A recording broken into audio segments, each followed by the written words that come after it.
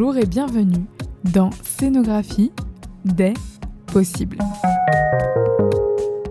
Le podcast qui interroge les créatrices et les créateurs d'espaces éphémères, aujourd'hui à l'heure du digital, de l'immédiat et du spectaculaire. Je suis Clémence Chiron et aujourd'hui, je vous propose un focus scénographie et droits d'auteur. Quels sont les droits d'auteur dans le cadre d'une scénographie ? Parfois, la question du droit d'auteur peut arriver lors d'une discussion, de questionnement simple ou de litige. Parfois, cette question n'effleure même pas l'esprit. Le droit d'auteur en musique, pour l'écriture ou pour les arts visuels est reconnu, même si parfois c'est vrai difficilement. Mais dans le cadre d'une scénographie, comment le droit d'auteur fonctionne-t-il ? Pour le droit d'auteur classique, nombreuses sont les personnes qui partagent des contenus à ce sujet. Mais qu'en est-il dans le cadre d'une pratique aussi protéiforme que la scénographie ? C'est la question que j'ai posée à Camille Dugas, vice-présidente de l'Union des scénographes. Le scénographe est un auteur. Le fait que le mot scénographie ne soit pas encore inscrit dans le code de la propriété intellectuelle fait que beaucoup de personnes et d'institutions, notamment publiques, ne reconnaissent pas au scénographe son statut d'auteur. On demande juste à être auteur de la scénographie, de notre scénographie. Voilà, c'est une œuvre. Attention, dans cette conversation, Camille Dugas parle plus spécifiquement des droits d'auteur dans le cadre de la réalisation de scénographie de spectacle. Camille Dugas est scénographe de théâtre, de danse et d'opéra. Elle s'occupe aussi des questions juridiques sur la défense des droits d'auteur pour les scénographes au sein de l'UDS, l'Union des scénographes, l'un des syndicats français de scénographie. Les droits d'auteur et la scénographie, c'est une question sur laquelle l'UDS fait avancer les lois depuis une vingtaine d'années, notamment par rapport à la possibilité aujourd'hui d'exercer ses activités scénographiques avec le double statut. D'une part, le régime d'intermittent du spectacle lié à l'assurance chômage pour la conception d'une scénographie, et d'autre part, le statut d'artiste-auteur auprès de l'URSSAF du Limousin pour les droits d'auteur.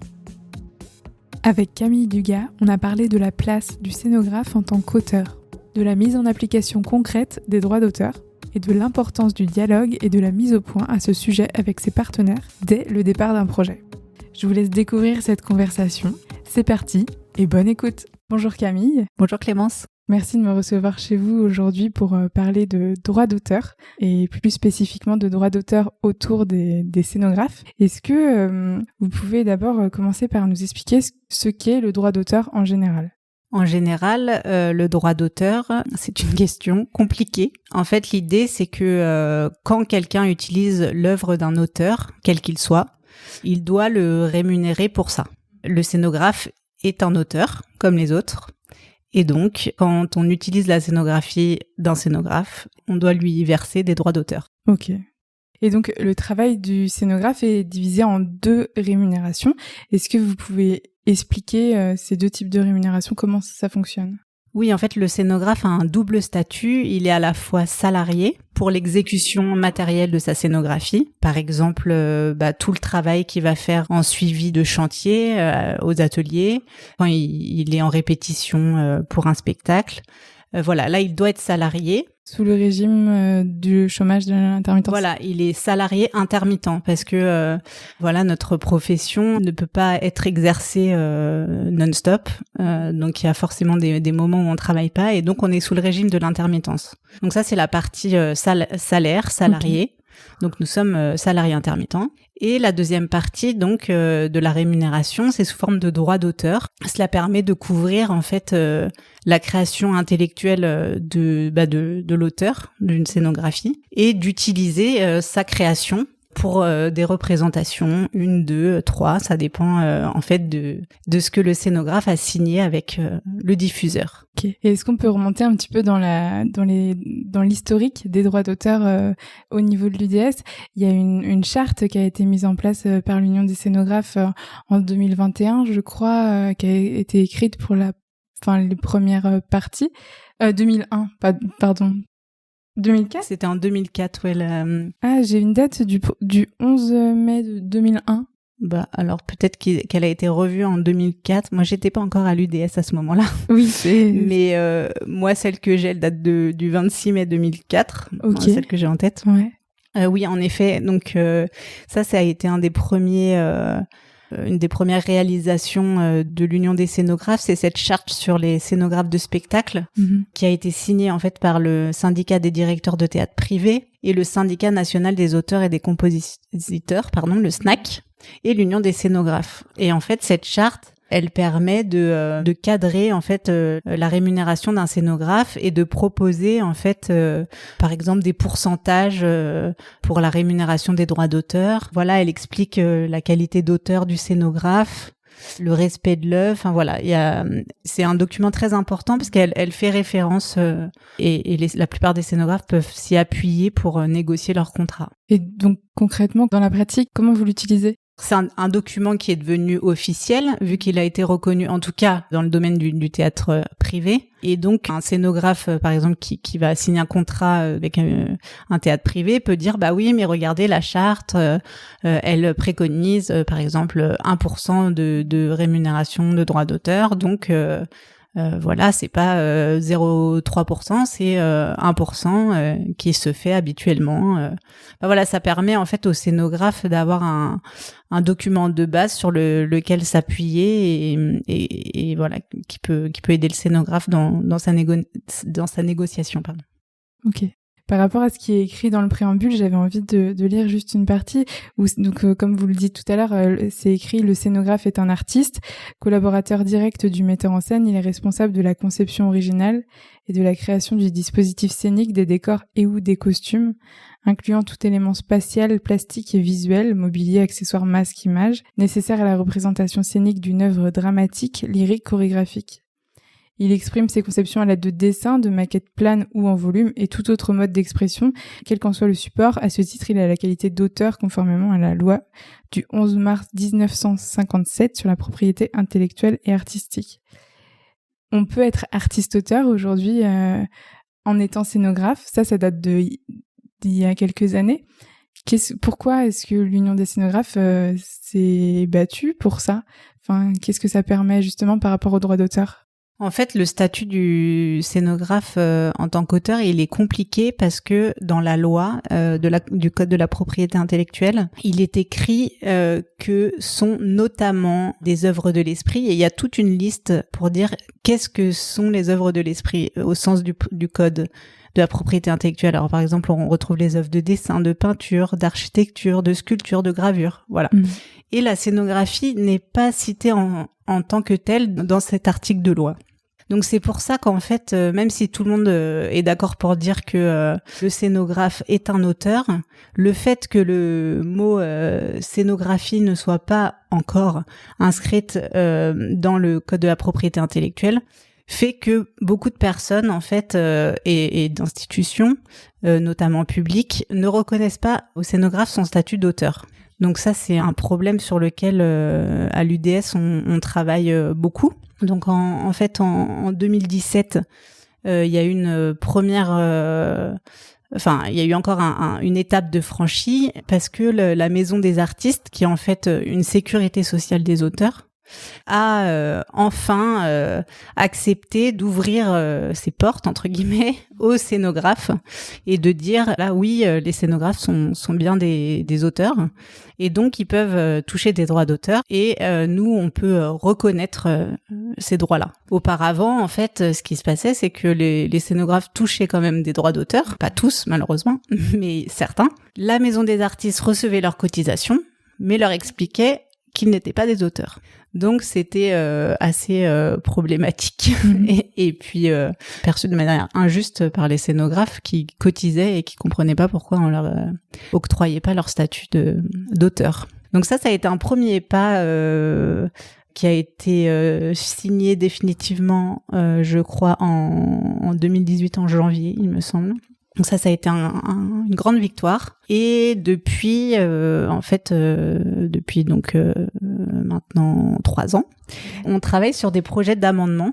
Et ces projets d'amendement, en fait, ils visent justement, on parlait du code de la propriété intellectuelle tout à l'heure, et de cet article L112-2. Et en fait, on essaye du coup que le terme de scénographie apparaisse dans cet article entre les œuvres de dessin et de peinture, parce que voilà, on considère que la scénographie, c'est très lié au dessin. Il y a une partie des scénographes qui viennent de l'architecture, une autre de la peinture. Et donc, on trouvait ça assez judicieux de s'installer entre dessin et peinture. Voilà. Et donc, ça doit prendre vachement de temps pour mettre en place cet amendement-là. Donc, si ça fait 3 ans que vous travaillez dessus, quand est-ce que vous pouvez espérer que le mot scénographe ait sa place entre peinture et dessin ? Oui, alors ce qui prend du temps, c'est pas tellement la rédaction de cet amendement. D'ailleurs, il y en a même un deuxième qu'on porte en ce moment, qui est lui sur le code du travail, mais on pourra en parler après si tu veux. En tout cas, ce qui prend du temps sur le fait d'avancer et de changer la loi, c'est que on peut pas changer la loi comme ça, malheureusement. Et donc, on fait un travail auprès du ministère de la Culture, donc depuis 3 ans, pour lui exprimer notre besoin de. En fait, c'est plus que de la reconnaissance, c'est surtout en fait qu'on cherche à ce qu'il y ait plus d'ambiguïté.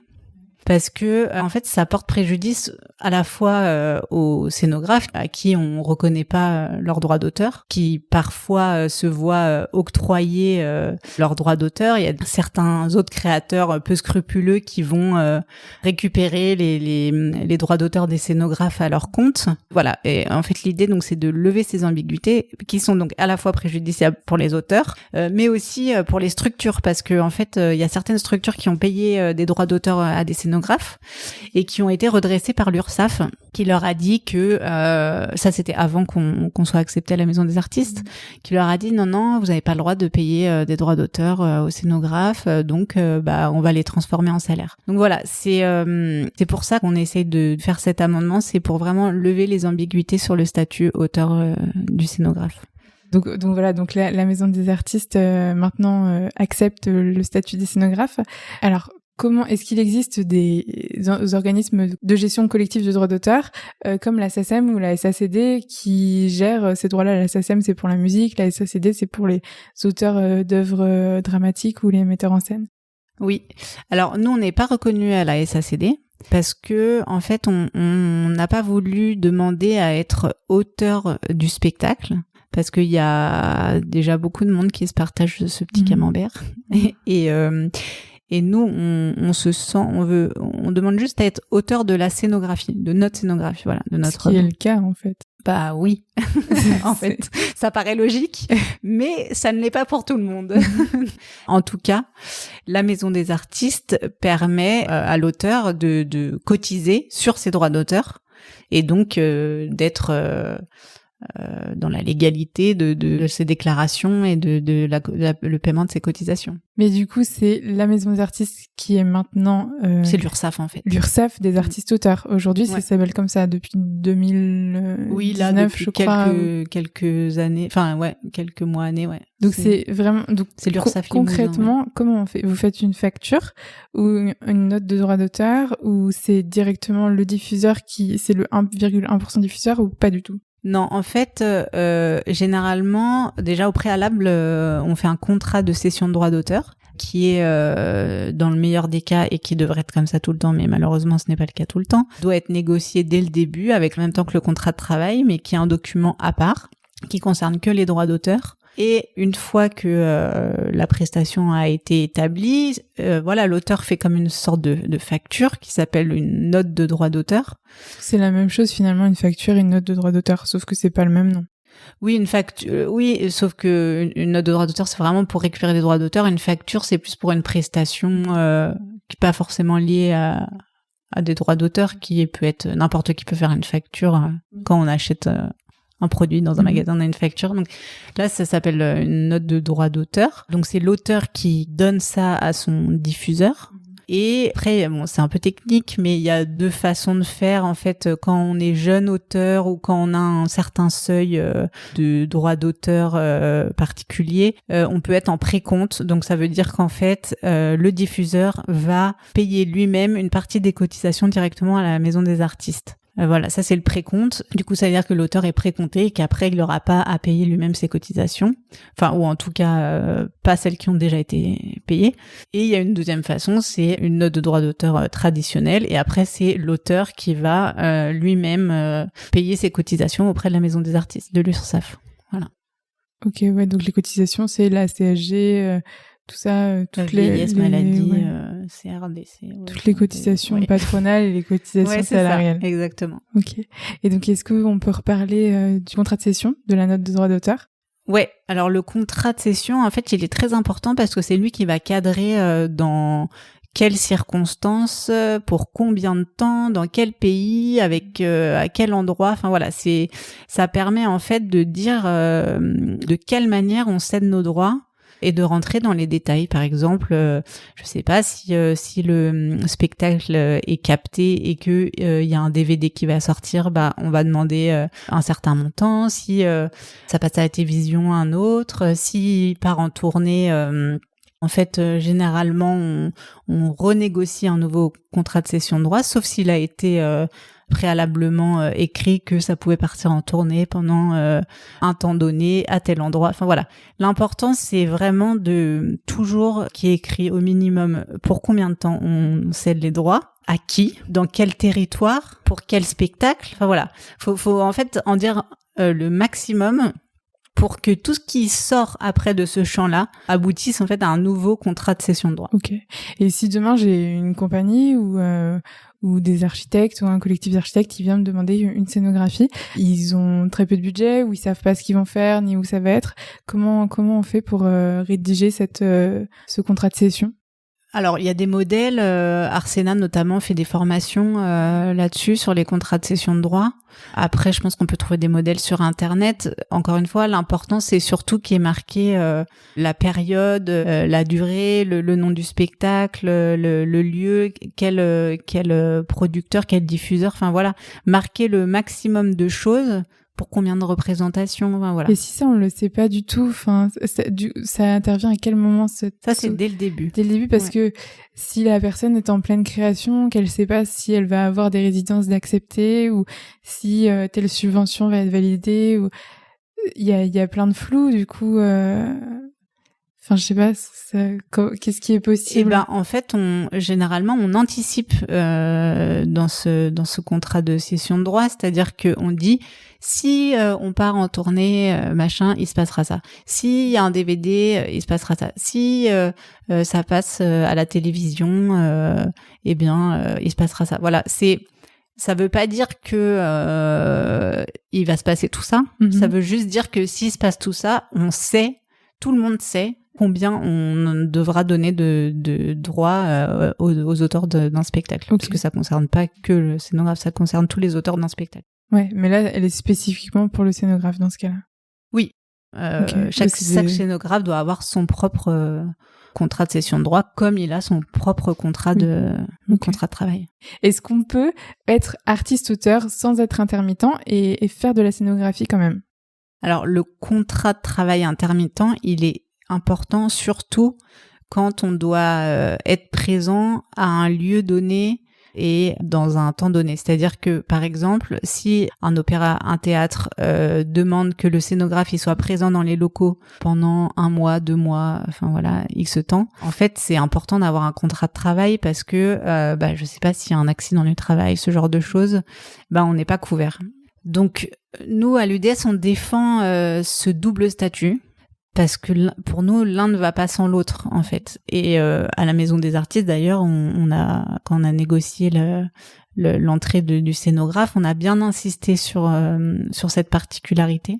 Parce que voilà, l'un ne doit pas empêcher l'autre. Et en plus, ça peut être vraiment préjudiciable au scénographe parce que pour les structures peu scrupuleuses, il est bien plus intéressant de payer que des droits d'auteur que de payer un salaire parce que ça leur coûte beaucoup moins cher. Il y a beaucoup moins de cotisations derrière. Exactement. Et comment on fait? Enfin, qu'est-ce qu'on peut dire dans ce cas-là si la personne nous dit non, mais toi, je te paye tout en droits d'auteur. Sinon, tu fais pas le projet, ou j'ai pas de budget, ou j'aimerais bien te prendre, mais en fait, si, ça, enfin, qu'est-ce qu'on peut répondre? Devant des gens qui sont pas dans la légalité, c'est toujours compliqué de négocier des choses. Après, il y a des personnes dont c'est le métier d'aller négocier des contrats. On peut faire appel, à quelqu'un, à un agent, à quelqu'un qui est là pour négocier le contrat à notre place et pour pas se mettre en porte-à-faux, parce que c'est ça qui est compliqué pour les scénographes, c'est que ils doivent négocier leur salaire avec les gens généralement avec qui ils vont faire la création. Donc ça peut mettre d'effroi, ils osent pas, ils se disent ah bah mince, si je demande quelque chose, on va pas me rappeler. Enfin voilà, c'est toujours un peu une angoisse et de se dire si je suis trop gourmande ou si je demande des droits d'auteur, on va plus jamais me rappeler. Alors c'est vrai que l'agence ça permet vraiment de se sortir, enfin voilà, de pas parler de tout cet aspect budgétaire et c'est assez appréciable en fait.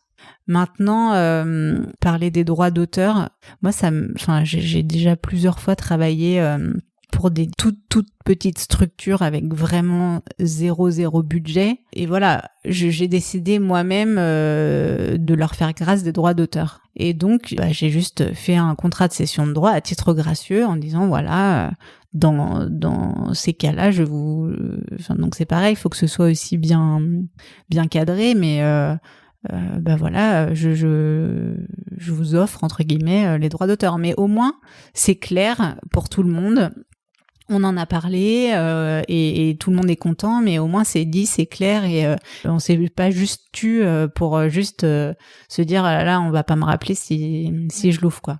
Et par rapport à ça, moi j'ai monté ma compagnie donc il y a 2 ans et c'est vrai que c'est une toute petite compagnie, on est 2 dans la compagnie, on fait des spectacles avec 2 comédiens pour les écoles, enfin voilà, c'est des toutes petites structures. On arrive à payer 6% de droits aux auteurs, à tous les auteurs du spectacle, des spectacles qu'on fait. Donc c'est possible en fait, parce que surtout c'est 6% ou c'est 1% qui sont proposés dans la charte du scénographe, c'est sur la recette.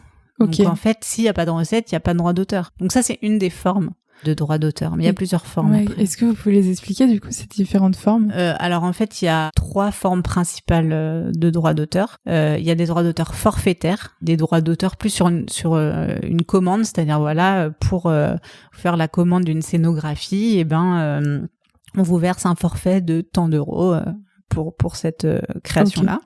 Ça c'est la première chose. Après, il y a des droits d'auteur à la recette. Donc c'est si le spectacle fonctionne, tu touches un pourcentage. Donc dans la charte c'est du scénographe, c'est 1% pour le scénographe et 0,5 pour le costumier. Donc 1,5% si on fait les deux. Mais c'est un exemple, ça peut être bien plus, comme 6% par exemple. Ouais. Et enfin, mais ça peut aller jusqu'à combien ? Ça peut aller autant qu'on veut. Mais à un moment donné, ça... Généralement, le problème, c'est pas que ça monte trop, c'est que ça baisse trop. Ouais. Mais généralement, c'est qu'on a 0. Mais voilà, si on arrive à négocier 10% de la recette, tant mieux. Même pourquoi pas 50 ? Autant rêver. Mais non, il n'y a pas de maximum. Mais en tout cas, ça signifie que s'il n'y a pas de représentation ou de recette, il n'y a pas de droit d'auteur. Donc en fait, voilà, ça n'engage pas, enfin les compagnies elles peuvent dire j'ai pas de budget, ces droits d'auteur là ne sont pas pris sur leur budget, ils sont pris sur les recettes. Donc voilà, ça c'est des choses qu'on peut négocier du coup peut-être plus facilement avec les compagnies. Et après il y a un troisième système qui est un peu entre les deux finalement, c'est-à-dire que c'est un minimum forfaitaire et après à la recette. Ça, en fait, ça veut dire que au minimum t'es payé un forfait. Et après, si le spectacle il fonctionne bien et tout, t'es payé au pourcentage de la recette. Mais au moins t'as un minimum garanti. Donc ça c'est pour moi je trouve que c'est ce qui est le plus équitable en fait, enfin de plus de plus logique et de plus équitable. Ouais. Et par exemple, en forfait, est-ce qu'on peut, à partir de combien c'est le minimum ? C'est une décision entre la compagnie et le scénographe. Oui, voilà, ouais. Parce que ça peut commencer à 10 € comme ça peut être 500 €. Ah bah oui, voire plus, oui. Ouais. C'est une négociation à avoir. Alors après, l'avantage, je parlais des agents tout à l'heure, c'est vrai que l'avantage des agents, c'est que eux, ils savent en fait. Ils ont travaillé avec certaines structures, ils savent très bien combien a touché le scénographe sur la production qui a lieu juste avant. Enfin voilà, donc eux, ils savent voilà ce qu'on peut demander en fonction de la structure et des choses comme ça. C'est vrai que un scénographe tout seul, il y a rien, il y a aucune grille tarifaire, il y a rien qui peut lui dire combien il peut demander. Donc généralement, vaut peut-être mieux demander à la structure ce qu'elle propose et puis dire ah bah je voyais un peu plus par exemple. Je sais pas. Comme ça permet de couper la poire en deux. Mais non, mais en fait, c'est délicat parce que il y a certaines structures qui vont faire l'inverse, qui vont vous dire prenez combien. Moi, ça m'est déjà arrivé. Vous prenez combien comme droit d'auteur? Et moi, je savais pas du tout dire et tout. J'avais aucune idée. J'ai rien dit. Enfin, j'étais en train de réfléchir. Qu'est-ce que je vais dire? Et puis, en fait, elle m'a proposé un prix. Mm-hmm. Et j'ai dit, et en fait, j'aurais évidemment dit moins que ce prix-là. Et je me suis dit, ah bah oui, ça me va très bien. Mais en fait, heureusement que je me suis tue et que je l'ai laissé parler parce que sinon, si j'avais dit moi mon prix, ça aurait été moins et puis bah voilà, ça aurait été tant pis pour moi. Ok, ça marche. Les agents de scénographes, est-ce qu'il en existe beaucoup qui sont spécialisés ou c'est vraiment de rares personnes qu'on peut trouver sur Paris, par exemple? Oui, il y en a pas beaucoup parce que les scénographes globalement n'ont pas d'agents parce que soit ils savent pas qu'on peut en avoir, soit il y a des structures qui leur expliquent, qui leur mettent la pression en leur disant non mais de toute façon si t'as un agent je veux pas discuter avec toi ou enfin voilà, donc c'est pas courant du tout. Mais je trouve ça assez dommage en fait parce que surtout pour le scénographe mais même pour la structure je pense que c'est plus sain en fait qu'il y ait une troisième personne qui soit là pour faire le lien entre le scénographe et la structure et que le scénographe il soit pas tout seul terrorisé face à une structure qui va lui donner ce qu'elle voudra quoi. Enfin je trouve que pour la confiance mutuelle, je trouve ça mieux, voilà, de passer par un tiers. Mais bon, c'est pas toujours possible et ouais, chacun choisit selon les possibilités qui s'offrent à lui. Alors, si vous pouviez donner un conseil pour terminer sur cette question de droit d'auteur et de scénographie, quel serait-il? C'est d'en parler de toute façon, c'est-à-dire de faire valoir le fait que la scénographie est une œuvre. Et même si c'est compliqué d'avoir une rémunération par rapport à ça, au moins de le dire, d'en parler et de dire qu'exceptionnellement on fera une session de droit à titre gracieux, mais au moins que les gens aient en tête que voilà, c'est une œuvre. Okay. La scénographie est une œuvre. Et en tant que compagnie, si on veut travailler avec un scénographe de manière bienveillante et respectueuse, pareil, quel conseil vous pourriez donner pour un conseil pour une compagnie? Oui, ouais, qui voudrait collaborer avec un scénographe. Pareil, sur la question du droit d'auteur, de mettre les choses sur le tapis tout de suite, d'en parler tout de suite, de lui expliquer ce qu'elle peut faire ou ne pas faire pour le scénographe et voilà, au moins que les choses soient claires dès le début en fait. C'est toujours mieux, je trouve, de travailler dans un climat où tout est mis sur la table dès le début, qu'il n'y a pas de surprise et où on n'a pas de frustration je pense que c'est important. Ouais, ça marche, mais je suis assez d'accord, c'est bien de clarifier les choses parce que après ça peut vite s'envenimer pour des idioties. Oui, puis il faut pas avoir honte de dire qu'on est des auteurs, enfin voilà, on est des auteurs, c'est comme ça, c'est normal, c'est... Mais alors du coup, auteur parce qu'on dessine, parce qu'on fait des maquettes, parce qu'on crée quelque chose de... Parce qu'on crée une œuvre de l'esprit, voilà, une œuvre originale qui n'a pas été créée avant. Merci à Camille Dugas ainsi qu'à l'UDS de m'avoir fait confiance pour échanger ensemble à ce sujet.